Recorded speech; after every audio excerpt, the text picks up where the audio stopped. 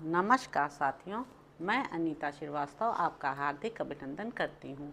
महर्षि वेदव्यास द्वारा रचित महाभारत के 128वें अध्याय में आज का प्रसंग है भीमसेन के न आने से कुंती आदि की चिंता, नागलोक से भीमसेन का आगमन तथा उनके प्रति दुर्योधन की कुचेष्टा।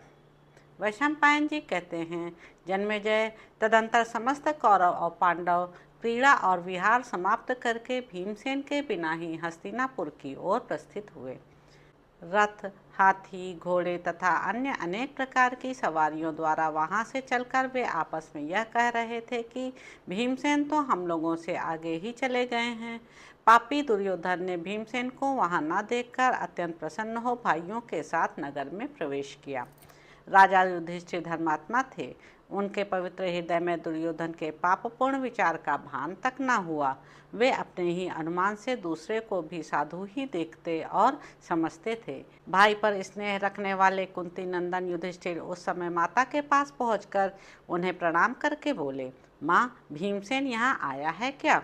माता, वह कहाँ गया होगा? शुभे, यहाँ भी तो मैं उसे नहीं देख रहा हूँ। वहाँ हम लोगों ने भीमसेन के लिए उद्यान और वन का कोना कोना खोज डाला, फिर भी जब वीरवर भीम को हम न देख सके तब सबने यही समझ लिया कि वह हम लोगों से पहले ही चला गया होगा।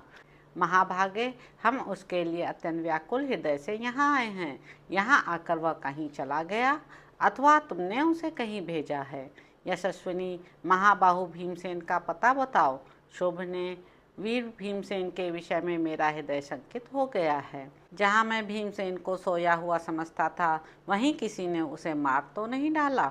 बुद्धिमान धर्मराज के इस प्रकार पूछने पर कुंती हाय हाय करके घबरा उठी और युधिष्ठिर से बोली, बेटा, मैंने भीम को नहीं देखा है, वह मेरे पास आया ही नहीं। तुम अपने छोटे भाइयों के साथ शीघ्र उसे ढूंढने का प्रयत्न करो। कुंती का हृदय पुत्र की चिंता से व्यथित हो रहा था। उसने ज्येष्ठ पुत्र युधिष्ठिर से उपरयुक्त बात कहकर विदुर जी को बुलवाया और इस प्रकार कहा, भगवान, भीमसेन नहीं दिखाई देता, वह कहाँ चला गया? उद्यान से सब लोग अपने भाइयों के साथ चलकर यहाँ आ गए, किंतु अकेला महाबाहु भीम अब तक मेरे पास लौटकर नहीं आया है। वह सदा दुर्योधन की आंखों में खटकता रहता है। दुर्योधन क्रूर, दुर्बुद्धि, क्षुद्र, राज्य का लोभी तथा निर्लज्ज है। अतः संभव है वह क्रोध में वीर भीमसेन को धोखा देकर मार भी डाले। इसी चिंता से मेरा चित्त व्याकुल हो उठा है, हृदय दग्ध सा हो रहा है। विदुर जी ने कहा, कल्याणी, ऐसी बात मुंह से ना निकालो, शेष पुत्रों की रक्षा करो। यदि दुर्योधन को उलाहना देकर इस विषय में पूछताछ की जाएगी तो वह दुष्टात्मा तुम्हारे शेष पुत्रों पर भी प्रहार कर सकता है। महामुनि व्यास ने पहले जैसा कहा है उसके अनुसार तुम्हारे ये सभी पुत्र दीर्घजीवी हैं। अतः तुम्हारा पुत्र भीमसेन कहीं भी क्यों ना हो, अवश्य लौटेगा और तुम्हें आनंद प्रदान करेगा। वैशंपायन जी कहते हैं, जन्मेजय विद्वान विदुर यूं कहकर अपने घर में चले गए। इधर कुंती चिंतामग्न हो अपने चारों पुत्रों के साथ चुपचाप घर में बैठ रही। उधर नागलोक में सोए हुए बलवान भीमसेन 8वें दिन जब वह रस पच गया जगे, उस समय उनके बल की कोई सीमा न रही। पांडुनंदन भीम को जगा हुआ देख सब नागों ने शांत चित्त से उन्हें आश्वासन दिया और यह बात कही, महाबाहो, तुमने जो यह शक्तिपूर्ण रस पिया है इसके कारण तुम्हारा बल 10,000 हाथियों के समान होगा और तुम युद्ध में अजेय हो जाओगे। आज तुम इस दिव्य जल से स्नान करो और अपने घर लौट जाओ। कुरुश्रेष्ठ, तुम्हारे बिना तुम्हारे सब भाई निरंतर दुख और चिंता में डूबे रहते हैं। तब महाबाहु भीमसेन स्नान करके शुद्ध हो गए। उन्होंने श्वेत वस्त्र और श्वेत पुष्पों की माला धारण की। तत्पश्चात नागराज के भवन में उनके लिए कौतुक एवं मंगलाचार संपन्न किए गए। फिर उन महाबली भीम ने विषनाशक सुगंधित औषधियों के साथ नागों की दी हुई खीर खाई। इसके बाद नागों ने वीर भीमसेन का आदर सत्कार करके उन्हें शुभाशीर्वादों से प्रसन्न किया। दिव्य आभूषणों से विभूषित शत्रुदमन भीमसेन नागों की आज्ञा ले प्रसन्नचित्त हो नागलोक से जाने को उद्यत हुए। तब किसी नाग ने कमल नयन कुरुनंदन भीम को जल से ऊपर उठाकर उसी वन में रख दिया। फिर वे नाग पांडुपुत्र भीम के देखते देखते अंतर्ध्यान हो गए। तब महाबली कुंती कुमार महाबाहु भीमसेन वहाँ से उठकर शीघ्र ही अपनी माता के समीप आ गए। तदंतर शत्रुमर्दन भीम ने माता और बड़े भाई को प्रणाम करके स्नेहपूर्वक छोटे भाइयों का सिर सूंघा। माता तथा उन नरश्रेष्ठ भाइयों ने भी उन्हें हृदय से लगाया और एक दूसरे के प्रति स्नेहाधिक्य के कारण सबने भीम के आगमन से अपने सौभाग्य की सराहना की। अहोभाग्य अहोभाग कहा। तदंतर महान बल और पराक्रम से संपन्न भीमसेन ने दुर्योधन की वे सारी कुचेष्टाएं अपने भाइयों को बतलाईं और नागलोक में जो गुण दोषपूर्ण घटनाएं घटी थीं उन सबको भी पांडुनंदन भीम ने पूर्ण रूप से कह सुनाया। तब राजा युधिष्ठिर ने भीमसेन से मतलब की बात कही, भैया भीम, तुम सर्वथा चुप हो जाओ।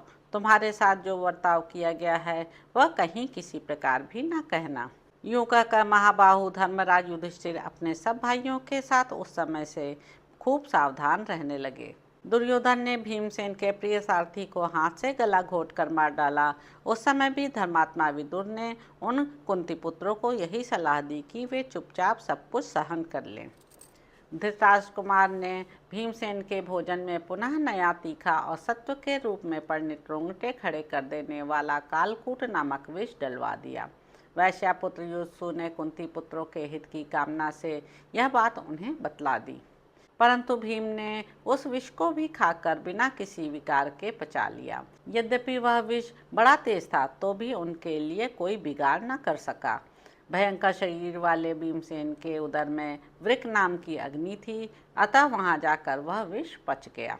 इस प्रकार दुर्योधन, कर्ण तथा सुबल पुत्र शकुनी अनेक उपायों द्वारा पांडवों को मार डालना चाहते थे। पांडव भी यह सब जान लेते और क्रोध में भड़क जाते थे, तो भी विदुर की राय के अनुसार चलने के कारण अपने अमर्ष को प्रकट नहीं करते थे। राजा धृतराष्ट्र ने उन कुमारों को खेलकूद में लगे रहने से अत्यंत उद्दंड होते देख उन्हें शिक्षा के लिए गौतम गोत्रीय कृपाचार्य की खोज कराई, जो सरकंडे के समूह से उत्पन्न हुए और विविध शास्त्रों के पारंगत विद्वान थे। उन्हीं को गुरु बनाकर कुरुकुल के उन सभी कुमारों को उन्हें सौंप दिया गया। फिर वे कुरुवंशी बालक कृपाचार्य से धनुर्वेद का अध्ययन करने लगे। तो इस प्रकार साथियों, आदि पर्व के अंतर्गत संभव पर्व में भीमसेन के लौटने से संबंध रखने वाला 128वां अध्याय यहाँ पूरा हुआ। इसके अगले अंक में आप जानेंगे कि कृपाचार्य, द्रोण और अश्वत्थामा की उत्पत्ति तथा द्रोण को परशुराम जी से अस्त्र शस्त्र की प्राप्ति की कथा। तो अब आपसे अगले अंक में मुलाकात होगी। मेरे YouTube चैनल संवाद विद अनीता को लाइक करें, शेयर करें, सब्सक्राइब करें। धन्यवाद साथियों।